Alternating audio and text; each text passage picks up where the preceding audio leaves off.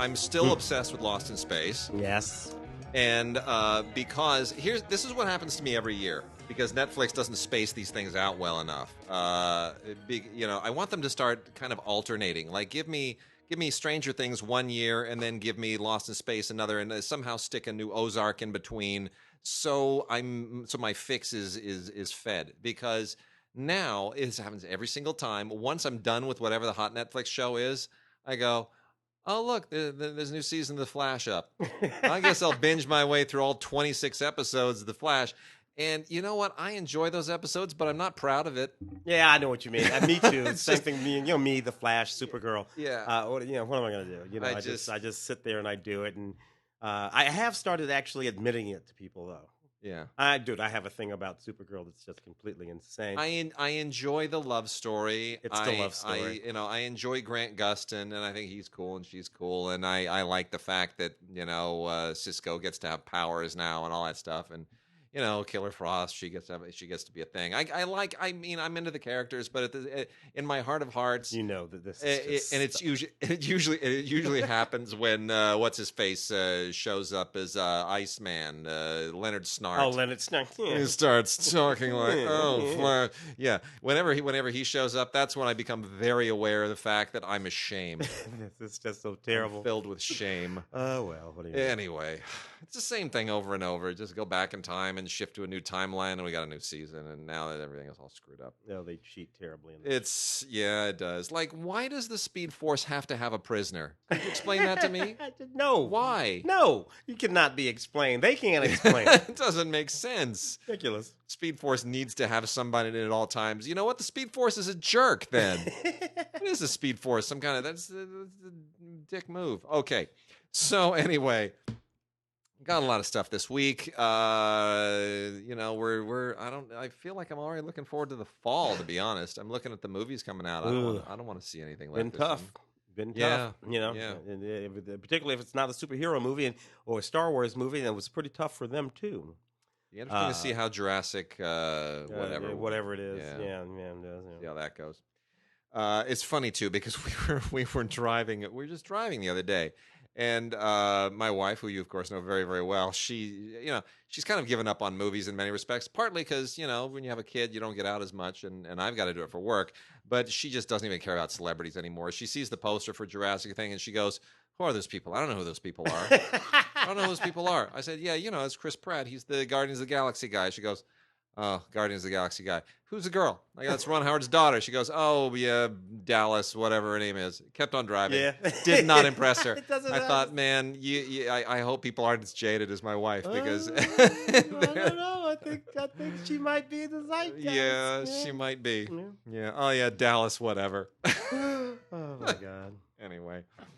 All right. Got some stuff from Naxos. For you classical music fans, I'm going to knock it out real quickly here so we can get into the juicy stuff, because we got a lot of TV this week, a ton of TV.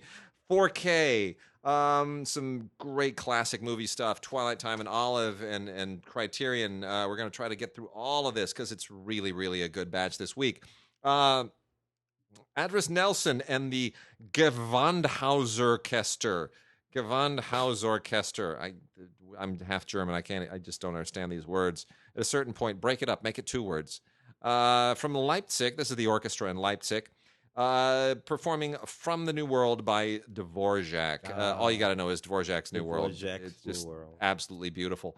And this includes a lot of other stuff too. This is that's the Symphony Number 9, but they've also got the concert overture from Othello and Rusalska's Polonaise and a lot of other wonderful stuff. So this is a Blu-ray. And a Blu-ray audio, I should point out, Blu-ray audio, and it's wonderful. It sounds fantastic, and for fans, it's a great thing. Here we have a Blu-ray collection from Opus Arte. This is from the Royal Opera House, The Art of Marianela Nuñez. Unbelievable. She's one of the great ballerinas of all time, and she's absolutely extraordinary. It is like art in motion, which is the whole point of it. And this includes Don Quixote, Giselle, La Fille Malgardée, and Swan Lake. All of them in one box set. Absolutely tremendous. Just one of the greats of the Royal Ballet. You will not regret this if you're a ballet fan. If you are grooving on Mozart, then Opus Arte has also released a 3 Blu-ray set of Mozart operas: The Marriage of Figaro, Le Nozze de Figaro, Così fan tutte, and Die Entführung aus dem Serail. These are all great operas. They're legendary operas, all performed with the orchestra of the Age of Enlightenment and the Glyndebourne Chorus, and it's pretty great. So I'm not a huge opera fan, but I appreciate great opera when I see it. Last 3 titles here is Nijinsky, the Ballet by John Neumeier, and that's I suppose a really great ballet. It's a little bit of a modern ballet. This is on Blu-ray. It's not exactly my thing, but if as long as we're talking about ballet, if that strokes you well, then you'll enjoy it. Magic Moments of Music, Tosca, 1964, with Maria Callas, is absolutely breathtaking. This includes a whole lot of interviews and people who just sort of sing her praises throughout. There's nothing bad you can say about Callas. She was certainly a diva in every sense of the word, negative and positive, but ultimately one of the great talents of all time, and they all pay tribute to her, and this is just tremendous. This is basically telling the story of her return to the stage in 1964 at the late stages of her career. Many people thought her career had been finished, and she and Franco Zeffirelli, took her to the stage with a new version of Tosca, and it's just it was a legendary moment in music history. Extraordinary production designs. Oh yeah, unbelievable. And then lastly is Handel's Arminio, which I was not overly familiar with. This was staged by Max Emanuel Chenchik for the Karlsruhe State Theater in Germany. This is from C major, and I was not familiar with this opera, but it is gorgeous music. It's quite impressive, as you would expect from Handel. So that is also on Blu-ray, and a lovely performance. So there it is. We're done with that. Tim, what do we have on the more populist vein this week? We got ourselves a couple of new movies, including The Strangers Pray at Night, unrated. Strangers Pray at Night. I've been waiting for that. Yeah, which includes because the G-rated version just didn't do it for me. Hey, look, you got 3 masked people running around with butcher knives and axes. I don't know how you make that movie, and what the hell is the point? Anyways, one of the standard road trip movie.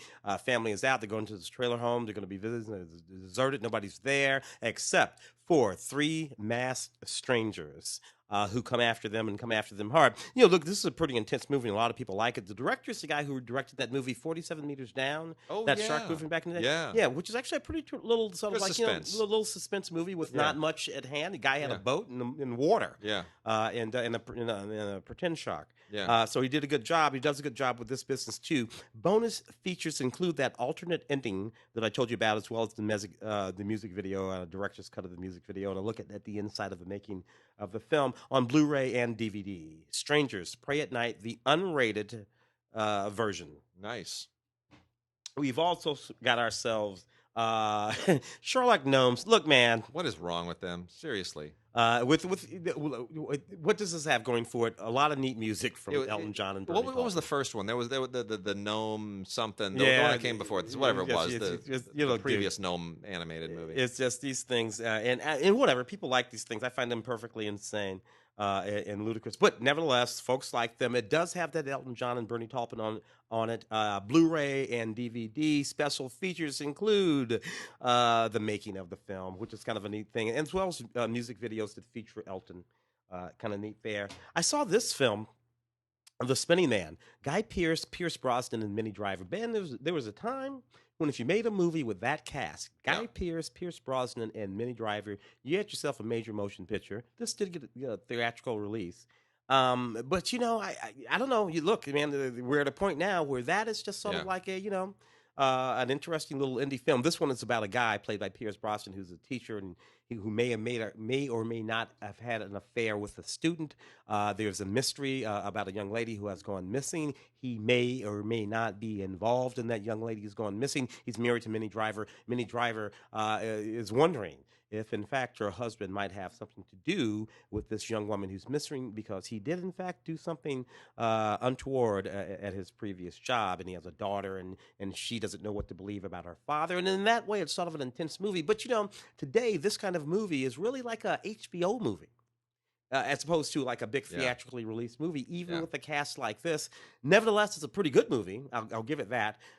Special features include deleted scenes and a documentary inside the spinning man and a director's commentary, which is interesting. And I'll also give it this. Pierce Brosnan, Guy Pearce, and Minnie Driver are all still excellent, excellent actors. And we've got 4K this week. Couple of new ones, couple of old ones. One of the new ones is Love, Simon, which got a little bit of attention earlier in the year for as long as things get attention anymore. Seriously, I wouldn't have. This is basically a John Hughes film if John Hughes had made a film about a gay teenager coming of age. Yeah, I was on Kind the of. show for that one, Yeah. and we talked about it. And it was a little bit of a strange talk because it was in this day and age. Yeah, It's a little hard to understand what the problem is. yeah. Look, Simon, you're looking kind of gay. And me and Mom and everybody, we're cool. We don't know, but you Yeah. seem kind of gay. But if you're thinking it's a problem, it's not. Yeah. That's the day and age that we live in. Yet in this movie, everybody's having trouble trying to figure out what or not to do. Inventing the drama to Yeah. some degree, but I think it's perfectly fine. It's from the people Sweet. the people who did Fault in Our Stars. It's not on the same level as that, but it's got some good performances. Nick Robinson is really good. He's a very good actor and will only continue to get better. And then you've got some good supporting roles from name people. Movies Anywhere on this as well. So it's 4K regular Blu-ray and Movies Anywhere. And then we've also got a movie I cannot conceivably recommend in any format. Not in 4K, not in Blu-ray, not on Ultra HD, not on 16 millimeter, not even if the post. Get this movie out of your head. Yeah. If there's a thought about this movie in your head, get rid of it.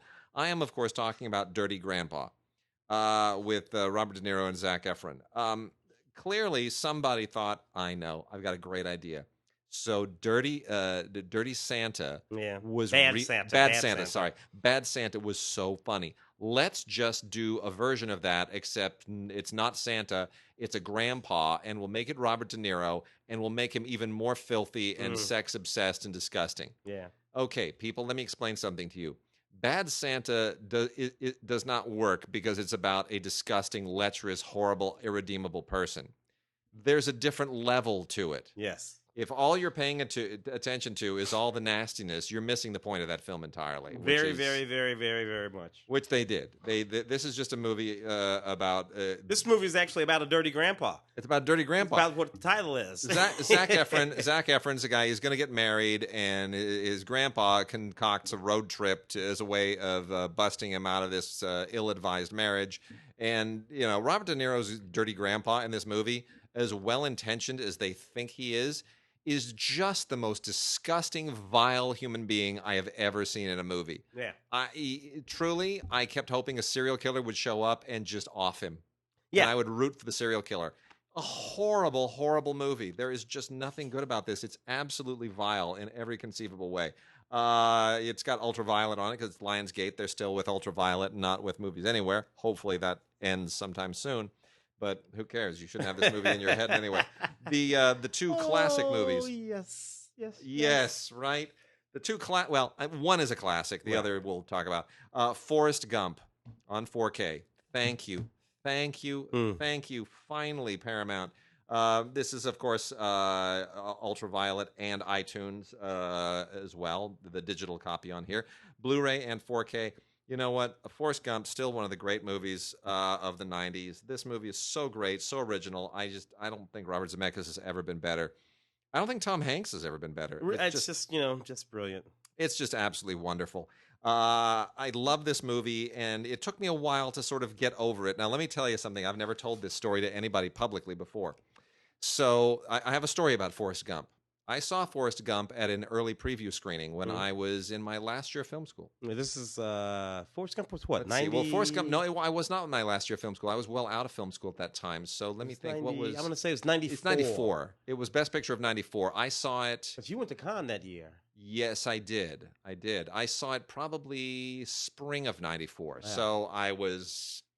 How did I get into that screening? I should. All I remember is I shouldn't have been in that screening now because I was actually writing reviews. They didn't want professional reviewers in there, and I somehow finagled my way in. Because when you answer the questionnaire, it says, "Do you work in the media business?" I think I lied and I answered no. So I'm a horrible person. But on top of that, um, I didn't know what to expect. When I was in film school, I had written a script, which was partly inspired by something Peter Guber said one day in his lecture class. I got early to my Peter Guber class, and he was trying to set up something with the projector, and the projectionist wasn't doing what he wanted. And if you know Peter Guber, he's very funny with the New York accent and the whole thing. He said, he's trying to flag the guy down. He goes, could somebody tell that third grade guy up there to get his to pay attention? Look at me, look at me. And I laughed so hard because I thought, that third grade guy, that's funny. And I had a screenwriting class, and I said, I'm going to write a screenplay called The Third Grade Guy. So I did. I wrote a screenplay. I remember this movie. Third grade guy, about a guy he's kind of not quite all there, and he spends far too many years in the third grade. And it is about his life trying to win the girl that he loves. And over the course of that, he winds up in all of these far-flung adventures, including being in Vietnam and all kinds of other stuff, right? Mm-hmm. And I'm watching Forrest Gump several years later at this preview screening, and I'm realizing it's kind of the same sort of thing. Yeah. And it's about a half an hour into the movie. I'm saying to myself, I'm like, oh, please don't let him go to Vietnam. Please, just give me that. And then he goes to Vietnam, and that's when I started to cry. But you know what? I love the movie. Yeah, yeah. My script was not that good, and you knew you had a good idea. True.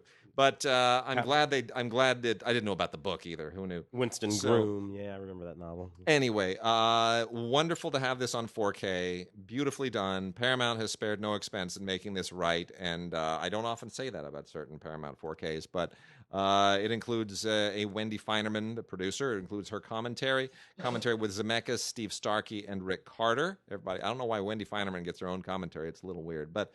And then there's a whole bunch of other stuff on the third special features disc, featurettes and stuff on makeup and sound and effects and everything else. Those are both Blu-ray. Those are the two Blu-ray discs.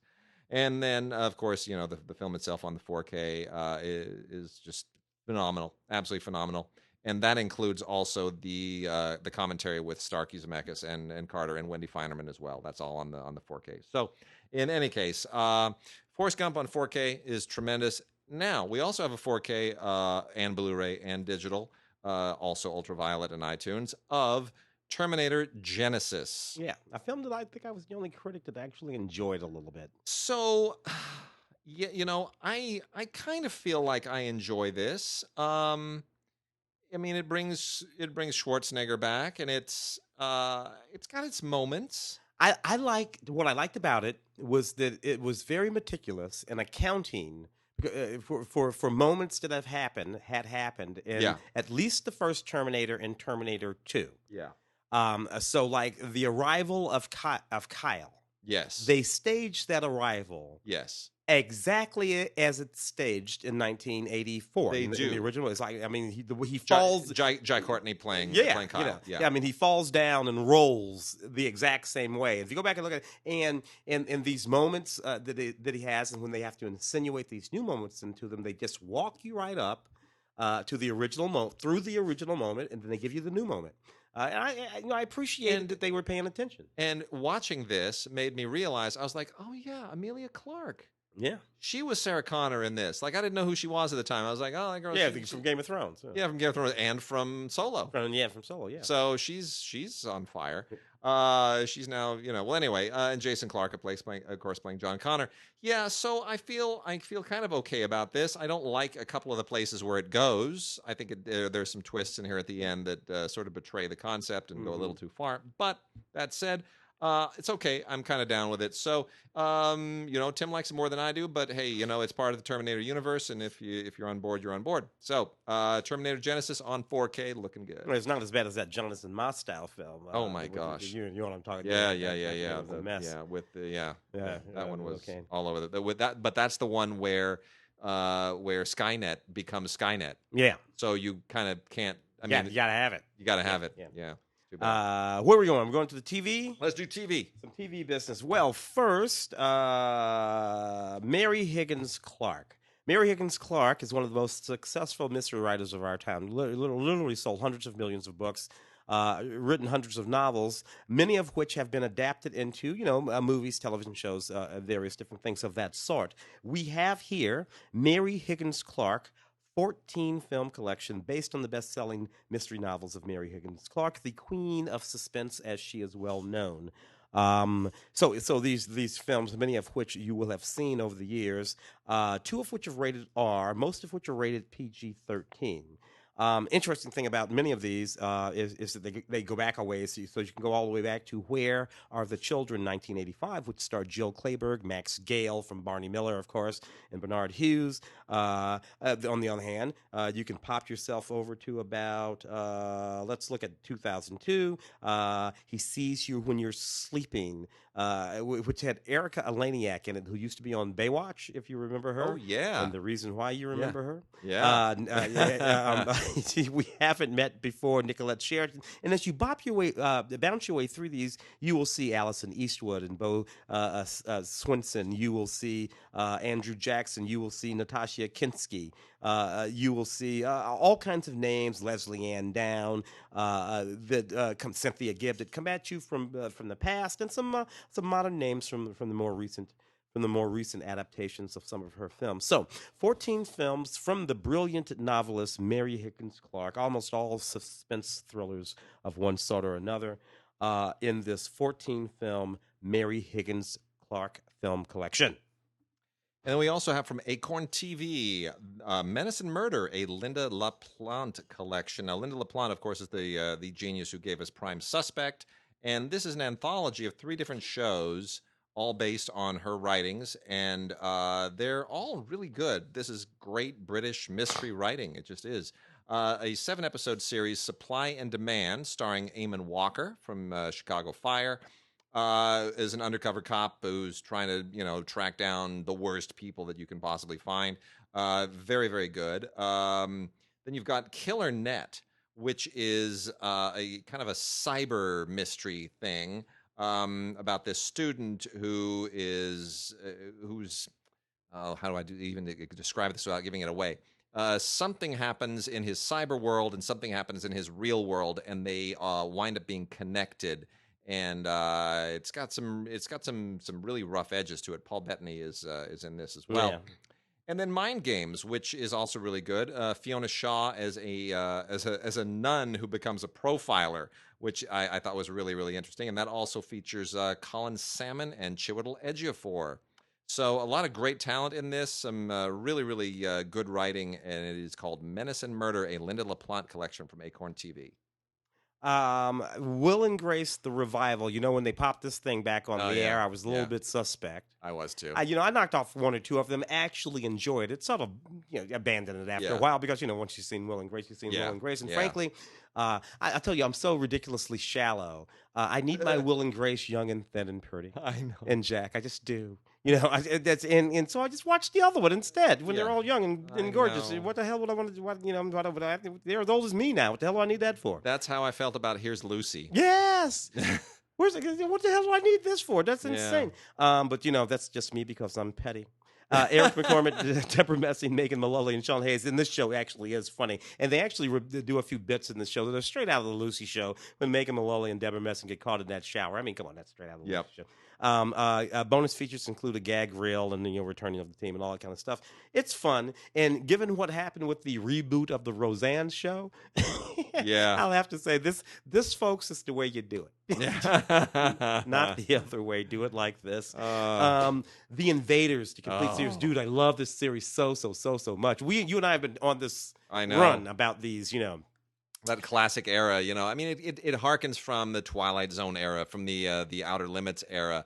A bit of a reference to the Invasion of the Body Snatchers film of the 1950s, of course. But this is also part of, in many respects, the Fugitive and Run for Your Life, and those, and it's in that vein too. It's a great show. You got a guy; he's an architect. He sees the UFO land. He's trying to convince people that the UFOs have invaded, aliens have invaded, and they're taking on the shape of humans. Look, this show lasted a minute.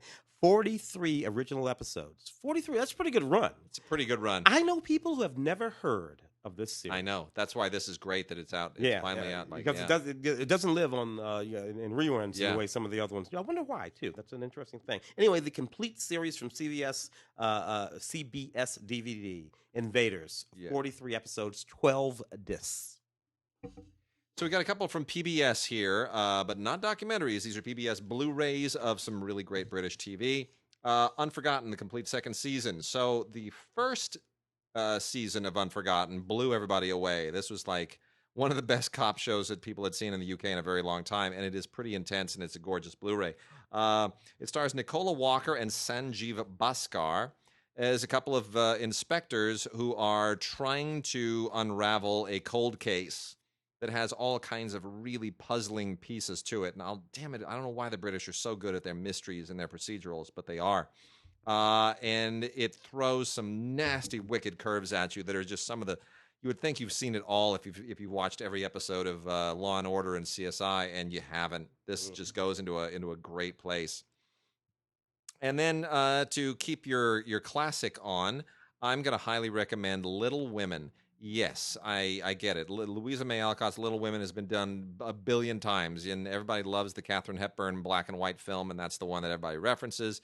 And of course, then there's the more recent one of about 20 years ago, and a billion versions that they've done on British TV. However, this is absolutely wonderful, and it doesn't replace the others. But it's a perfect, it's yet another interpretation of it, and it's really great. And it comes with a whole bunch of really awesome behind the scenes extras. One of which takes you to all the places where Louisa May Alcott actually wrote Little Women, and it's just lovely, and it's a wonderful, wonderful cast. It includes Emily Watson and Michael Gambon and Angela Lansbury. Are you kidding me?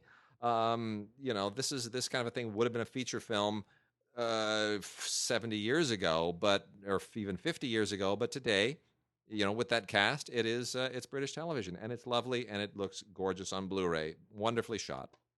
Wow.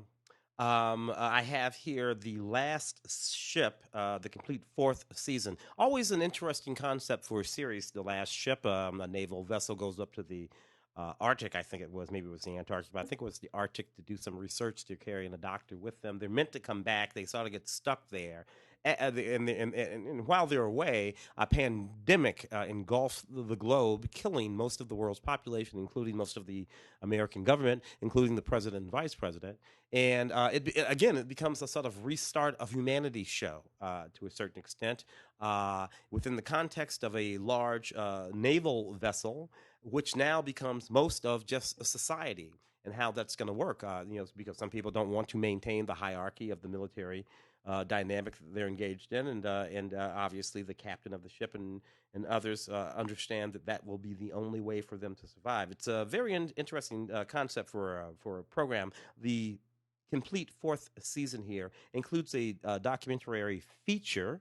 Orange is the New Black season 5 stand up. Hey, look, what can we say about Orange is the New Black? There it is, right?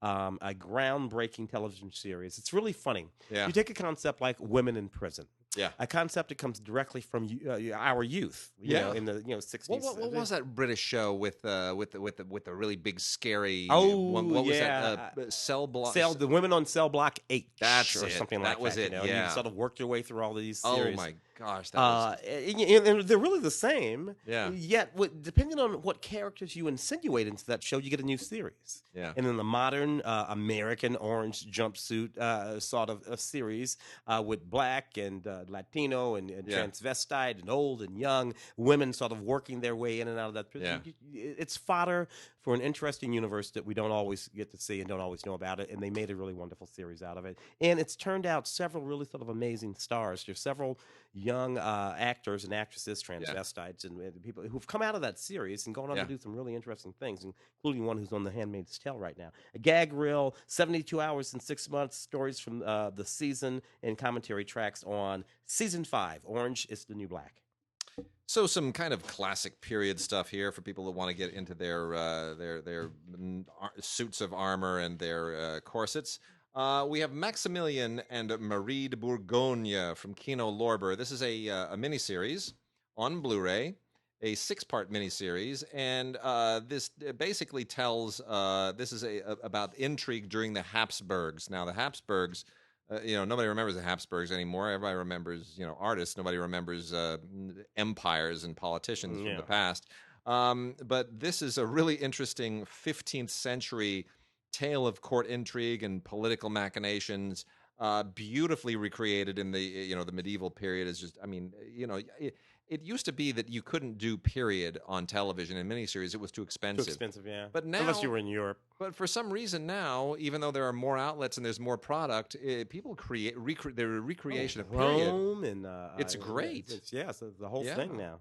So this is all really, just wonderful struggle for power, kind of in that vein of Elizabeth. If you remember Kate Blanchett and Elizabeth, it's a bit of a similar thing, except it's a little more moving parts to it. It's who's going to succeed whom, and Mary is the one who technically should assume the crown, and they want a man to assume the crown, and the Austrians could be just as diabolical as the French or the Germans or the British or anybody else, but we just don't hear about them as much. So this is the Habsburg Empire. I mean, that's a family. The Habsburgs was a gigantic family, not unlike the Medici or any other great Rothschilds or all that. Yeah.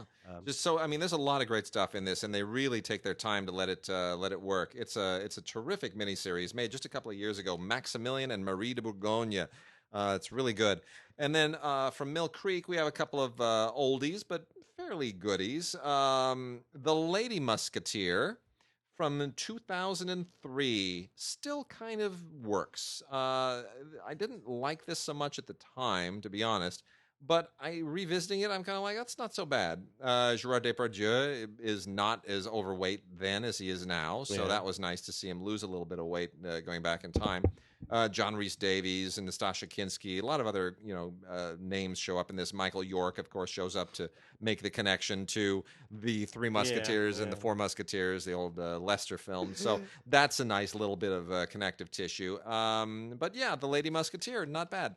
And then we also have from Mill Creek, Jack London's The Seawolf miniseries from 2009, which not a lot of people saw. This was a Canadian-produced miniseries, but very faithful to Jack London and quite nicely put together. Some wonderful ocean photography and a great performance by Sebastian Koch as the titular captain, who's just such a tyrant. He's just horrible, but he's great at the same time. Tim Roth in a supporting part, and Nev Campbell in a supporting part. And whatever happened to Nev Campbell?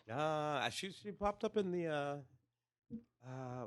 anyway, good question. Whatever happened to Nev Campbell? The company. Rick and Morty season 3. Love me some Rick and Morty. It's funny. Rick and Morty has become so famous now for just one thing, which is my man. That's now what this show is known for. It's the dynamite of contemporary animation. I find that I just posting that little snippet sometimes as a comment on Facebook is all I need. They're right with you. Yeah. South Park had it for a while there. I liked it when that kid would go, Timmy! I used to sign my emails like that. Most people didn't get it. 10 episodes, special features, animatics for every episode, 13 commentary tracks with the creators. Dan Harmon and Justin Roiland.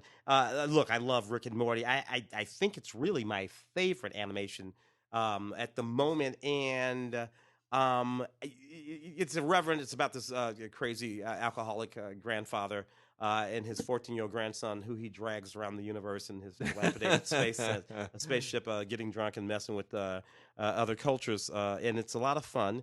It's very blue. Or it can be very blue. Yeah. But it's just about the funniest thing you've ever seen. And at the end of the day, it's kind of sharp, too. And that's the thing that I always like about Rick and Morty, a bit more than, say, the South Park or The Simpsons. It's just a little bit sharper in some ways in those shows, even though it will go left on you, that's for sure.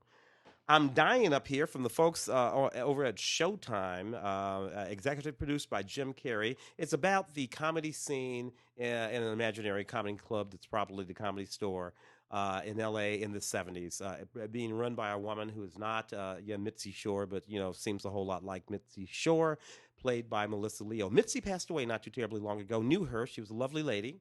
When I used to diddle around up at the Comedy Store every now and again, trying my hand at stand-up comedy. She was always very nice to me. One of the best new series of the year is what the Minneapolis Star Tribune said about the show. I liked it too. Went a little dark for me. They seem to be working a little hard to make it a little bit darker than I don't know. It seemed to me things were. Yeah, I mean, it was a sort of drug-filled, sex-fueled, sort of hairy and sweaty kind of time there in the late '70s, mid '70s, late '70s, as we work our way up in through the years. Yeah. But a lot of those cats became really, really famous. Did well. Yeah. And you want them to make sitcoms and do all kinds of stuff. I'm dying up here. Season 1 from Showtime. A couple more from Acorn. From the Acorn TV line is Series 3 of the Detectorists. And I got to tell you, this show just keeps getting funnier and funnier. I didn't love the first season like some people did. Second series was just riotously funny. This is even better than the previous two. So Andy and Lance, if you don't know this show, it's just a weird premise. Andy and Lance, played by Mackenzie Crook and Toby Jones, are a couple of guys who are certain that with their metal detectors, they're going to find gold. Now, forget about it. They're never going to find gold. They're never going to find anything other than a tin can and a piece of silverware or whatever. But it's really just an excuse to create a whole bunch of really odd, offbeat, weird characters and have them interact in the most bizarre way possible. And it's really funny. It's just a great collection of characters. Forget about the metal detecting. It's the MacGuffin here. They're really, really funny. Toby Jones, especially, just has never been better and is superbly funny. Rachel Sterling, also very, very good. So that's there. As is East West 101 Series 2. This is an Acorn series. Takes place in Australia and deals primarily with Detective Zayn Malik, played by Don Hani. And the idea is that this is a detective in Australia who is Arab and Muslim, and in the post 9/11 world, that puts him into a very awkward position. And here he goes undercover, and what he does in his police work is not as interesting as what his psychology is with respect to the police work. It's a really sharp show, very well written, superbly well acted. East West 101 Series 2. Jericho, the complete series I have here, which is really an interesting show. I didn't watch a whole lot of Jericho when it was on, but it was a show that had a whole lot of fans that people liked quite a lot. And it's an interesting sort of thing. As I look at this box, I see how many people really came through the show. I mean, a number, amazing, right? A number of really important people sort of worked their way through Jericho. A mushroom cloud. The show sort of begins when there's a mushroom cloud. Then we assume that everything is gone, and you have these people sort of traveling through the land.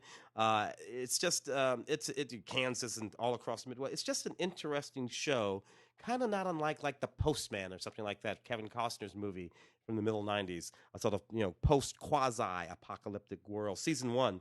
The building of Jericho, deleted scenes and audio commentary. Season 2, the rebuilding of Jericho, deleted scenes and audio commentaries. And there's a bonus disc with all kinds of good stuff on it, behind the scenes stuff, and 100 Reasons Why to watch Jericho, and a table read, and all kinds of neat stuff there. The 36 disc collection, 135 episode, 10th anniversary edition of Ancient Aliens. My goodness. The original series that began on the History Channel. Bizarre did a series about aliens that don't exist, visiting places that they never visited, would appear on the History Channel. But that's where it came in. There are more episodes here than aliens that have actually been sighted. It's kind of crazy. Yeah. It's funny. The tagline for the show was something like, if I can remember it, science and mythology and science and mythology are the same. They're not. No, they're not. No. That's a perfectly ludicrous sentence, but nevertheless, they wrote it down. Look, this is a very popular show. It's still on. 36 discs, 135 episodes, Ancient Aliens 10th Anniversary Edition.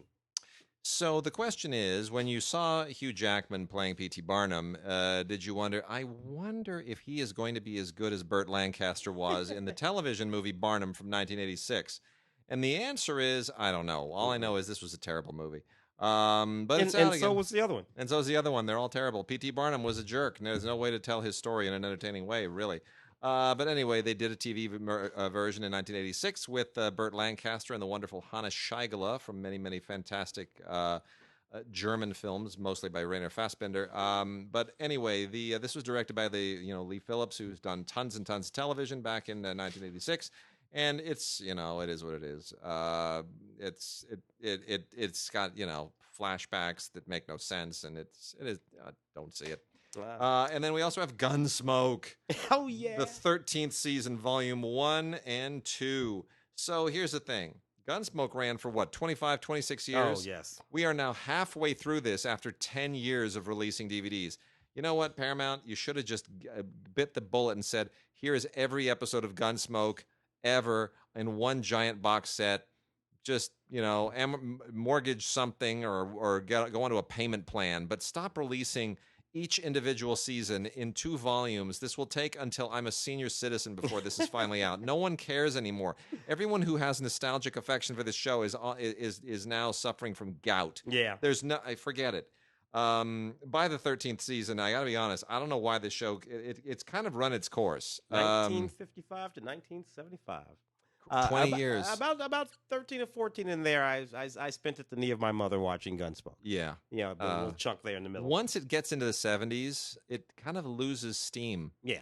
Well, because everybody's like, it just loses its steam. You can't buy that James Arnaz can slap leather with some 20-year-old. No. Oh, because you're 67. You have arthritis. Cut it out. Yeah. Well, still a few guest spots in here that are fun to see. But otherwise, it's running on fumes. And Kitty gets a little long in the tooth there to be running that whole house. Avatar: The Last Airbender complete series, which is an animated series that has nothing whatsoever to do with James Cameron's Avatars. But everything to do with the live-action M. Night Shyamalan film, Last Airbender. Yeah, unfortunately. Unfortunate indeed. Unfortunate indeed. But this is a pretty neat series that a whole lot of folks actually like quite a lot. This has all kinds of special features with it, including the making of Avatar, a featurette, an uncut animatic, that's about the design of the series, and original uncut animatics from various different episodes here, audio commentary, and much, much more. Avatar: The Last Airbender, the complete animated series, and by the way, first time on Blu-ray. Nice. Yes. Trading Places. Can I do a couple of these, man? By all means. Do a couple of these Eddie Murphy movies. Yeah. 35th anniversary. 35th anniversary of Dan Aykroyd. Don't say that again, because I'll be really upset. Of Dan Aykroyd and Eddie Murphy's Trading Places. This is funny because this is when Dan Aykroyd was above the title and got the first lead over Eddie Murphy. Isn't that crazy? Yeah, there it was. Dan Aykroyd, he was a movie star first, but what are you going to do? A couple of Saturday Night Live boys with Jamie Lee Curtis just doing some of the sexiest stuff that any human being has ever done in a movie. And thank God and God bless you, and you made my childhood. Jamie Lee, you're the bomb, you're the bomb, you're the bomb, you still are. John Landis directed this movie, and he also had his hand in Coming to America, another Blu-ray release. Eddie Murphy's Coming to America 30th, believe it or not, 30th anniversary edition. Let me tell you something. Coming to America is still one of the funniest movies I've ever seen. Great. This is when Eddie Murphy first started doing his like multiple character thing. Yeah. And he just absolutely destroys all of these iconic characters. Every single one. When he plays the old Jewish guy, oh my I God. Swear, I can't stand it. It's with that so little funny. hat and the glasses and the mustache, and he gets it right. Oh, he does it so beautifully. Special features all over the place here, including several little videos and photo galleries. And so Coming to America and Trading Places, Eddie Murphy's best work. Trading Places, really, really good. Still really good. So we got a bunch from Kino. Some really interesting stuff from Kino here. And all classics, all worth checking out. The 3 that are part of just the regular Kino classics line. Paul Verhoeven's Spetters is the first one from 1980, which is one of the films that really kind of put Paul Verhoeven on the map. Yeah. There were a American career. Yeah, I mean, there's Soldier of Orange, and there's some other things that made people notice him. But Spetters, really, this is a new 4K restoration. It's on Blu-ray. All of these are on Blu-ray, and this is hyper stylized. And it's just cool. I mean, it's a very different kind of a coming of age drama from anything else during that period. And there were a lot of coming of age period movies in that period.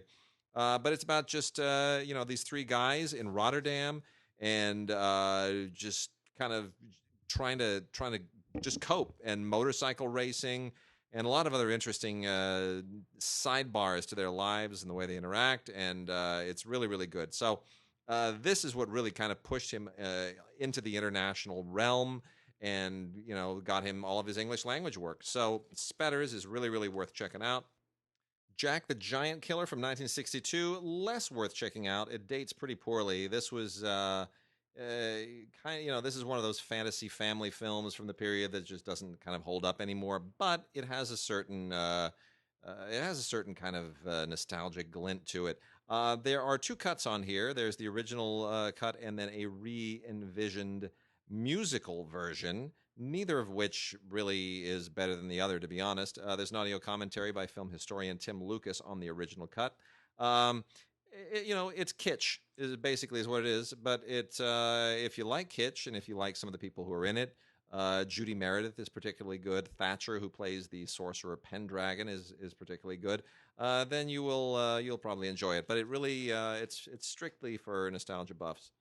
And then the other regular one from the Kino Classics line is Sergio Leone's A Fistful of Dollars, part of the trilogy. This also has been 4K restored. There are some parts of it that I think they could have done a better job with, to be honest, but it's loaded up with extras, and that's the real reason to watch this. The outtakes, and there's a restored opening, the restored UA logo that hasn't been there for years, and tons and tons and tons of featurettes, everything you've ever wanted to know about the making of the film. There are audio commentaries. There's one with Tim Lucas. There's one with Christopher Frayling. There's an interview with Marianne Koch, who's an actor in the film. It's a fistful of dollars. How do you quibble with that? Yeah, baby. And then the last two Kinos is the Kino Classics release of Luther. Now, this warrants a little bit of explanation. The American Film Theater was this initiative that Eli Landau did. And Eli Landau was a producer who wanted to do a bunch of movies based on classic stage productions. And he did them over a number of years. And it's the American Film Theater collection. And they all came out previously on DVD in two giant box sets. And they are now releasing them individually as Blu-rays. Is it worth upgrade? If you own those original box sets and you're like, great, gotta buy an individual Blu-ray for each one of these movies, I don't necessarily recommend it. The movies are still stage productions. They are barely made into movies. They still feel very much like filmed plays, but that's the point. Unless you really feel like you've got to get that extra resolution out of this, if you have an up-converting DVD player, you're going to be perfectly fine. This is, of course, the story of Martin Luther, starring Stacy Keach and Judi Dench, based on the John Osborne play. I studied Luther in college. I know a good deal about this. It is a very accurate and very faithful play, but again, it's not terribly cinematic. So, made in 1974, worth checking out. But if you already have it on DVD, I can't really recommend the Blu-ray as an upgrade. And the last Kino title here is the amazing documentary Bombshell, the Hedy Lamarr story. If you're listening to this podcast and in any way streaming on your home network, tip your hat to Hedy Lamarr, because there would be no Wi-Fi without Hedy Lamarr. Yep, Hedy. She was not just a great actress. Not just she beautiful. was an inventor. Yep. And one of the most beautiful women ever in movies on top of that. This is a great documentary. Unbelievable documentary, all about an incredible life. One of the most amazing women who's ever lived. And truly one of the most beautiful women ever to act in movies. But she was also brilliant. And this is just such a beautiful tribute. It almost brings me to tears. This is from Zeitgeist, and released by Kino Lorber. And, just God bless her. She was amazing. Absolutely amazing. That all certainly went far too long unrecognized. Yep. Far too long unrecognized. Yep. The Disney anniversary edition, the Walt Disney Signature Collection for Peter Pan. Yep. Blu-ray multi-screen situation, Blu-ray DVD digital code. You can watch it anywhere. What can I say? It's Peter Pan. I know. The great Hans Conried as the voice of Captain Hook. That's what I think about most when I think about this particular Peter Pan. And here's the thing: that's the ride that you always have to wait on the longest at Disneyland. Yeah. It's just that ride is always so long because you can only get 2, maybe 3 people in each one of those freaking boats that fly through Neverland. Yeah. But here's the other thing about Peter Pan: if anybody who works at Disneyland, who has any kind of sway at Disneyland, is listening, Let me tell you something. When those damn boats come around, that's a wonderful ride. It's a wonderful ride. Yeah. You launch, and they're the kids, and wonderful. Oh, hey, there we are. There's the volcano in Neverland. It's over. It's wonderful. And then you come around that bend at the end of that ride, and you hit the side of the track when you land so hard. I slip a disc every time. Yeah. Could somebody put some styrofoam up there? Put up a bumper. Just put a bumper up there. That ride hits so hard at the end, I cringe now. It is in this day and age. Find some technology, fix that. Yeah, absolutely. Damn This has all kinds of bonus extras on it. What can I say? It's Peter Pan. Just get it because you should have it. Because you should have it. Because you should have it. That's why. Ninja 3: The Domination. Man, I remember this movie. These movies are. This is 1984. This is one of those Goebbels, Yoram Goebbels movies. Oh yeah. Liam Goebbels. Golan. They would make all these ninja movies. The canon movies. The canon movies. With like Lucinda Dickey. Yeah, Lucinda Dickey. And this one, she's like this this aerobics instructor who gets infiltrated by like the spirit of like a angry ninja, and she goes around killing all that ninja's enemies. Of course she does. And her boyfriend is like, naturally, "What are you up to, hon?" It's like this. I'm a ninja, but nevertheless, she wears these absolutely gorgeous shorts in this thing, and she has this sword, and she's just killing ninjas. And what are you gonna do? That's just everything about that is crazy. Great. Everything about this is packed with all kinds of special features, including the 4K scan from the original film elements, interviews with Lucinda Dickey, interviews with Jordan Bennett, interviews with the producers and the stuntmen and all these other great stuff. So much fun. And then something that's ever so slightly more classic. Yeah. Seven Brides for Seven Brothers. This is among the first musicals that I saw as a very young person. The film is 1954. I probably saw it in the, I would say, late 60s or something like that on television. That beautiful, beautiful color, Technicolor, just blowing me away off the screen. And you see this movie and the singing and the dancing, and they take these brides and they take them up the mountain, and then the snow's coming and closes off the mountain, and they got these seven brides, you got these seven brothers, and I'm loving this when I'm a kid, right? And now I'm thinking, oh well, this is like kidnapping and rape. this is but 1954. Anyway, they have to convince the girls to fall in love with them, and they do. A really beautiful film. Commentary track with the director Stanley Donen, whose class that he taught at UCLA. It wasn't actually a class; it was a lecture series that he taught on the weekend at UCLA, your alma mater. I used to run the projector in Stanley's class. Oh, nice. Yes, many years ago. Behind the scenes documentary and all the New York premiere, the 30th, just so much stuff. Yeah. Here on this Warner Brothers release. Jane Powell, Howard Keel, 2-disc special collection from the archive collection, Seven Brides for Seven Brothers. We also have a box set of 10 Jerry Lewis movies. Now, Paramount has released these films previously, and this is a re-release. There's nothing unique to this. There are a lot of bloopers and deleted scenes and extras and stuff here, tons of stuff.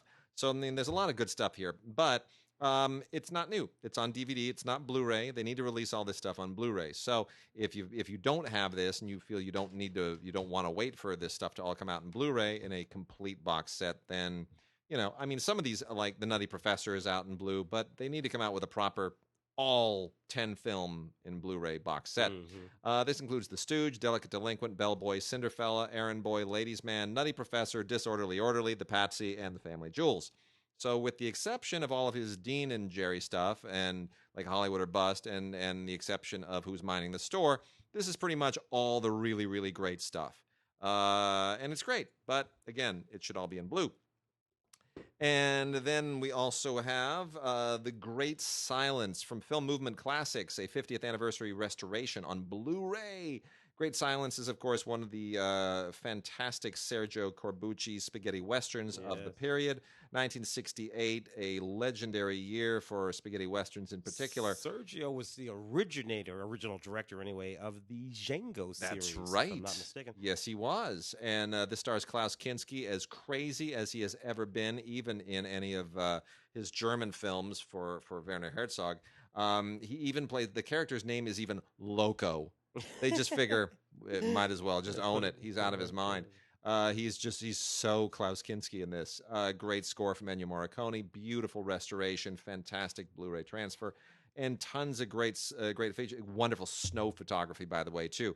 This is all in the snow, which you don't often get in spaghetti westerns. It's usually hot and hot and deserty, and this is all snow, and it's so different in that respect. And you see a lot of influence on the Hateful Eight Yeah. too in this film. It's got a lot of Hateful Eight going on. So there's a tribute from Alex Cox, and there's a documentary from 1968 called Western Italian Style. Alternate endings. There's even an English language version and the Italian language version on this. So it's great. That's a Blu-ray of that.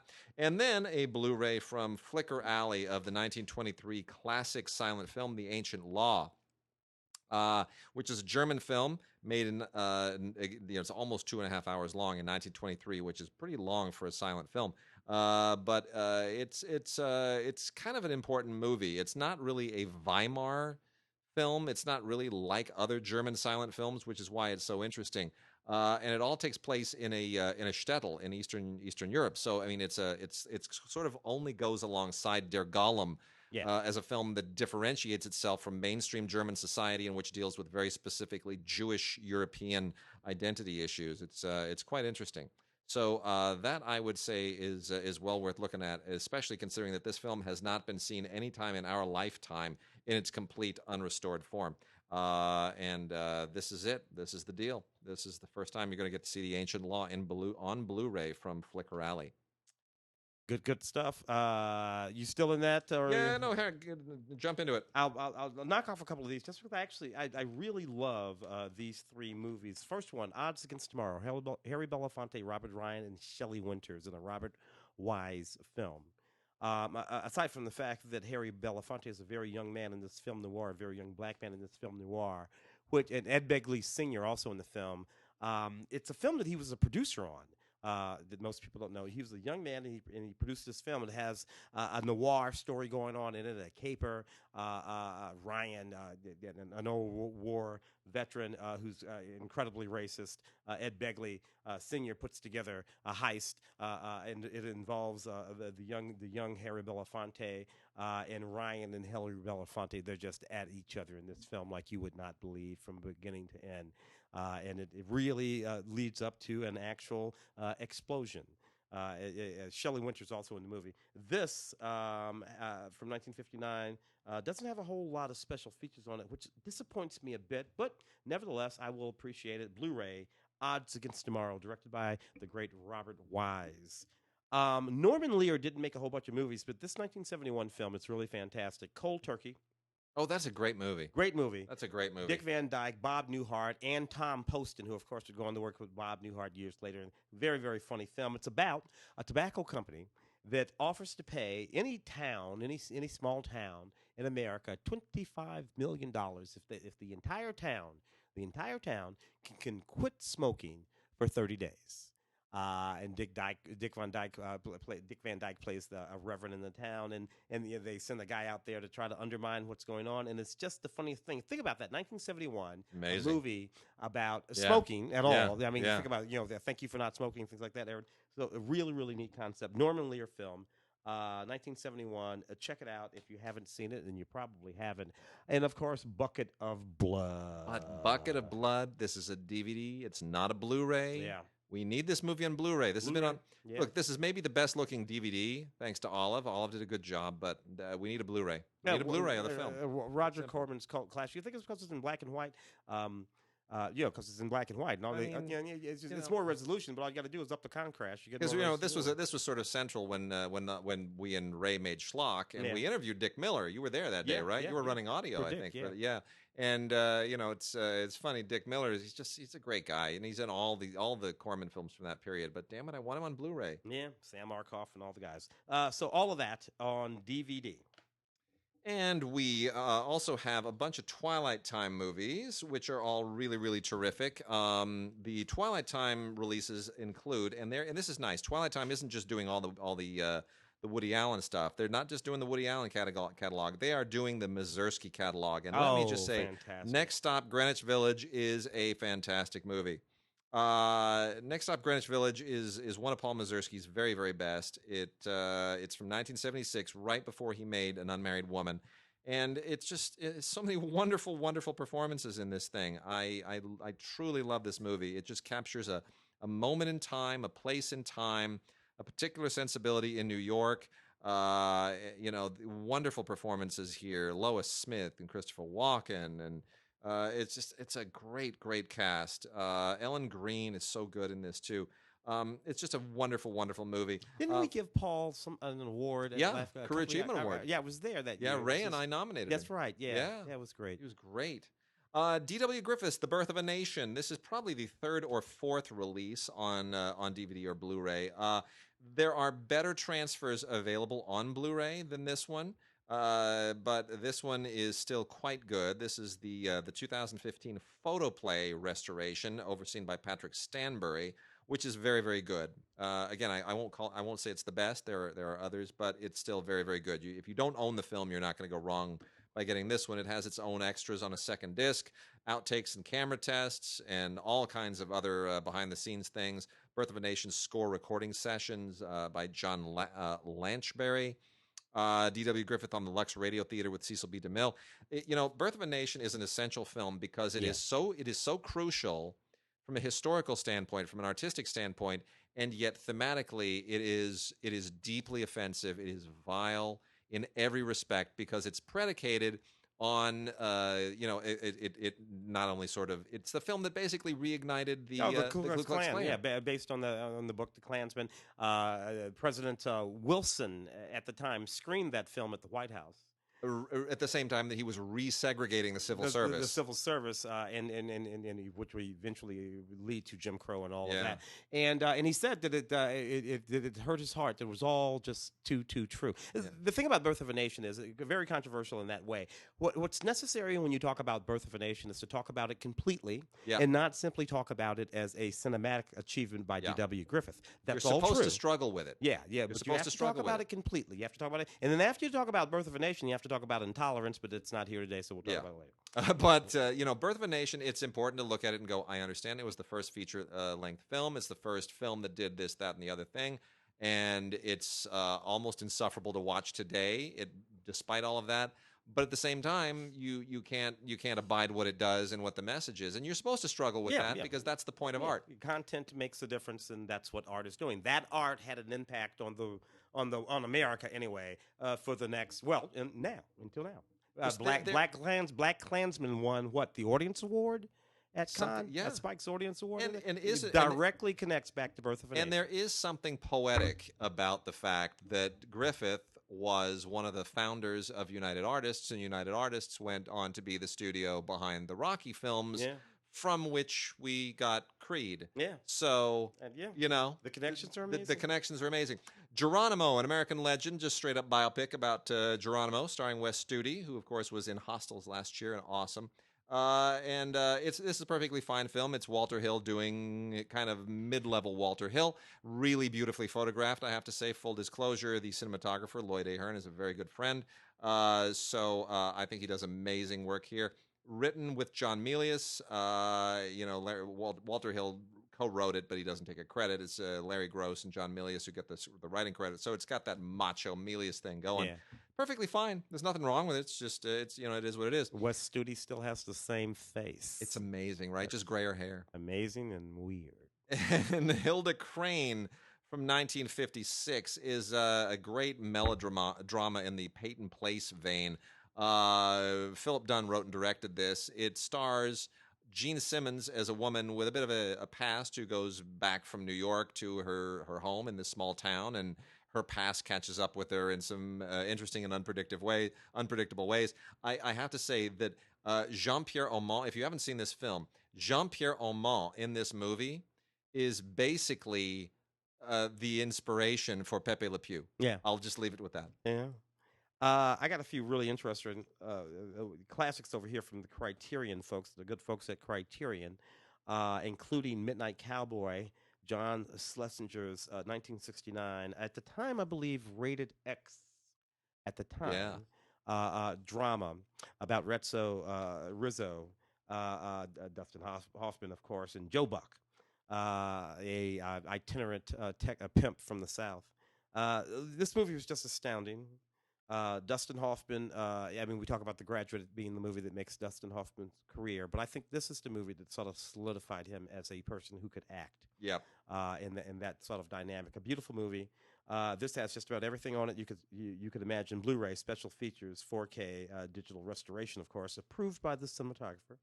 And just so much audio commentaries with everyone from Schlesinger to the producer Jerome Hellman, video essays, commentary tracks with photographer Michael Childers, on and on and on and on and on. Really, really great stuff. So from Criterion, doing what they do best, a special Blu-ray edition of Midnight Cowboy. Fantastic. Robert Bresson. This profound masterpiece. I'll let you do that one, Wade. Yeah. Oh, hasard, Balthazar. This is a Bresson film from 1966. Bresson, just who literally wrote the book on filmmaking. Yeah. Like actually. Yeah. And this is from a 4K digital restoration. Bresson made very religious films because he was a devout Catholic.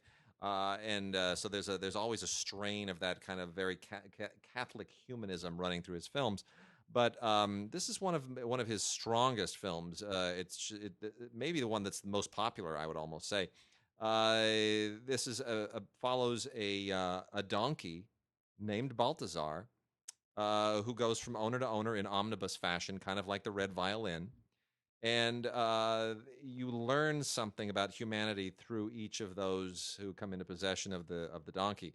It's really kind of incredible that he makes the donkey almost a surrogate for humans, and humans are a surrogate for animals in many respects. That turnaround is part of the great part of the movie.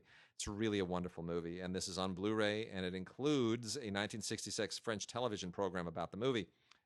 With Bresson and, of all people, Jean-Luc Godard, and Louis Malle is there to basically make it normal. But it's really a great movie. Au hasard, Balthazar, finally on Blu-ray. Diane Kruger in Fade, and a fairly tragic story inspired by true events. A young woman's family is killed in a terrorist act. And she slips into a certain dark place as she tries to find out what happened to her family, who did it, and all that kind of stuff. The suspects are arrested. There's a trial, and whether her husband was involved because she's married to a man of Turkish ancestry, which of course is a bit of a thing in Germany. The integration of Turkish people of Turkish ethnicity. And the last two we're going to talk about really quickly. Oh, Lucy is a Japanese film by Atsuko Hirayanagi, which is a little bit of an odd movie, presented here by Will Ferrell and Adam McKay for some strange reason. Josh Hartnett's the only American presence in this. This is about a woman, an older woman who played by Shinobu Terajima, who winds up falling in love with her much, much younger English language teacher in Japan, and then kind of following him to the United States, and there are other family entanglements, her sister, and all this other stuff. It's a well-intentioned film. It's just a little bit odd and doesn't really kind of go anywhere that you don't sort of see coming a mile away. But good acting, especially from Josh Hartnett, who seems to have kind of fallen off the radar entirely. And the last one is The Two of Us, a new 4K restoration of this amazing movie on its 50th anniversary. This is Claude Berry's directing debut, based on his childhood during World War II, when he was sent to the countryside, and the people he met, and the crusty, crunchy, lovable, bigoted characters that don't know that he's Jewish. And there's a real sweetness to this film. It's just an amazing directing debut. And it won the National Board Review, and it won the Berlin Film Festival in 1967 when it was made. On its 50th anniversary, it is astonishing. And the best thing about this, Tim, I want you to read the first thing of the extras. The extras are amazing on this. This features of the extras right here. Feature-length audio comment, this part, by a guy we know, Wade Major. Thank you. Excellent work, sir. This was a solo audio commentary. I couldn't read my own name. I love that they put the entire thing on this box. A film critic with NPR affiliate KPCC. I mean, they're cranking it out there. Yes. Excellent. So this was a really fun commentary to do. I had to do it solo, which meant I couldn't lean on anybody else. You and I have done commentaries together. Sure. And it's great when you bounce, but when you're by yourself, you got to fill all the space, and there's no conversation, and I had to knock it out. So hopefully, those of you who listen to it, let me know what you think. Email us at gods@digigods.com or gods@cinegods.com. That's the Blu-ray from Cohen Film Collection of The Two of Us, 4K restoration on the 50th anniversary. And if you have any other questions, any other concerns, email us, gods@digigods.com or gods@cinegods.com, and go and check out the Facebook page, CineGods, and, visit the cinegods.com site. We're going to continue to put some work into that in the coming weeks, too. That's been just kind of a portal lately, but we've got some great ideas for it and some stories and fun things that are going to happen. So, with that, we will see you guys next week. For this week, we will see you guys next week.